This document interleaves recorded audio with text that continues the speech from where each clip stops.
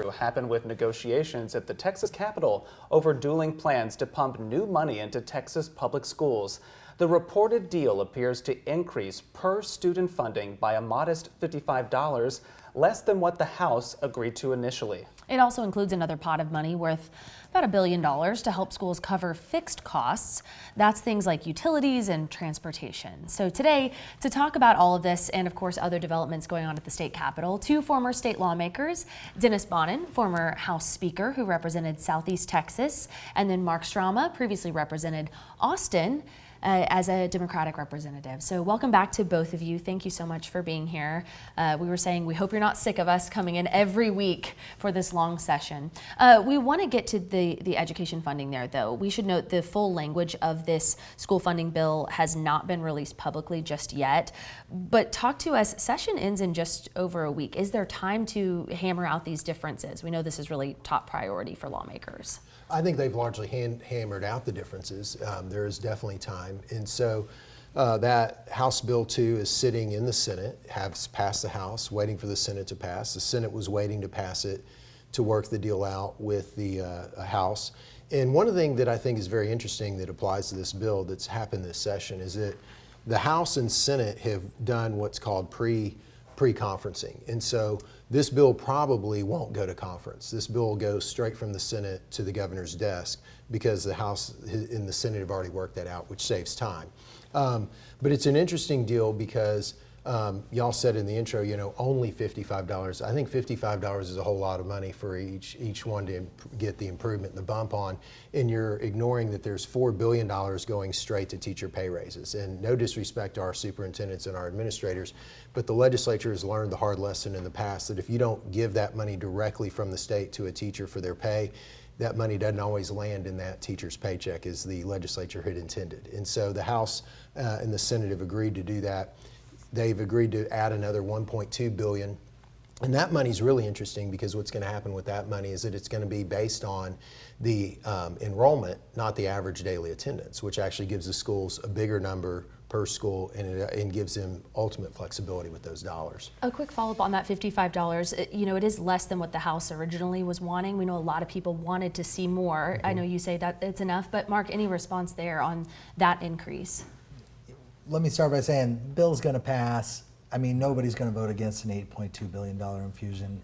The debate is over how the money is allocated, to what specifically it's allocated. Do I disagree? Yeah, I disagree. I think the school districts ought to have more latitude over how they spend the money, particularly in light of the fact that they've been starved since 2019. That we've actually had a per pupil decline in expenditures since 2019 on an inflation-adjusted basis. Given that, you know that, and particularly here in Austin, we know schools have had to make cuts, they've had to run deficits. They might have even more urgent priorities than increasing teacher pay by the full amount that the legislature is proposing. Dennis is right. It's not $55 or nothing. It's not, you know, instead of giving more than $55, they're allocating the money to teacher pay. Dennis's point, though, that, well, otherwise the money won't go to teacher pay. Really what happens is the legislature likes to take credit with teachers for raising their pay. That's really their reluctance to give the money in the form of a basic allotment. Giving it in the form of a basic allotment, local school boards and local superintendents have just as much incentive to raise teacher pay as the legislature does, but they also have better awareness of the competing demands for the money on the district's budget. There's one problem with that. I was in the legislature 24 years. Every time we left the money to the discretion of the superintendent and the administration, not the dollars that we thought the teacher pay raise was going to be, came through. When the legislature directly sent the money for the pay raise, they got every dollar of the pay raise they were supposed to have. And in final summation, it's kind of hard to sit here and say $9 billion additional new dollars to public education in Texas is somehow a debate, an argument, and not enough. No, that's why everybody's going to vote for it. It's still, but they're going to vote for it and then sit, whine, complain, and say it didn't get enough. Voting for it's one thing. I think that's $9 billion. Let me tell you, $9 billion decline in spending over the past 6 years. There has been zero decline. There was additional money in the last session. They just didn't get the extra money they hoped they would get because they killed the school choice bill, which now passed this time. So they're going to get even more money than they got last time, which is going to be $9 billion additional dollars, which is a pretty large number in the state of Texas. Yeah, and we'll just note that the last time the basic allotment, this per student funding, was raised by the state legislature was back in 2019, just to put that out there. But, you know, there has been some criticism as well in this last few hours about this particular deal over school funding. Some Democrats particularly have said that this seems to be giving all the wins over to the Senate. It's not much agreed to what the House had passed earlier. What do you make of that? I think it's silly. Okay. I mean, it's the same debate we just had. It's yeah. over how do you allocate the money and how much local control you give school districts over the money. Correct. Versus let the legislature take credit for the pay increase. The truth is, even the people who are criticizing it are gonna vote for it because it's $8.2 billion. Well, and again, the number going to schools did not change. I want to be clear. In the time I was in the legislature, when you were there, the fight between the House and Senate, when you talk about one side won over the other, was the House wanted $8 billion for education and the Senate wanted $6 billion. So we settled on $7 billion. This is garbage. The numbers are the same. The House won, the Senate won, the school kids of Texas won. Period. I agree 95%. Here's the thing. They don't want to hear your when you dedicate the money to the teacher pay raise, which I'm sure everybody in the legislature supports a teacher pay raise, but when you dedicate it to that, the typical thing to say would be, doesn't really matter how you allocate it because the money is fungible. And I've heard people making this argument.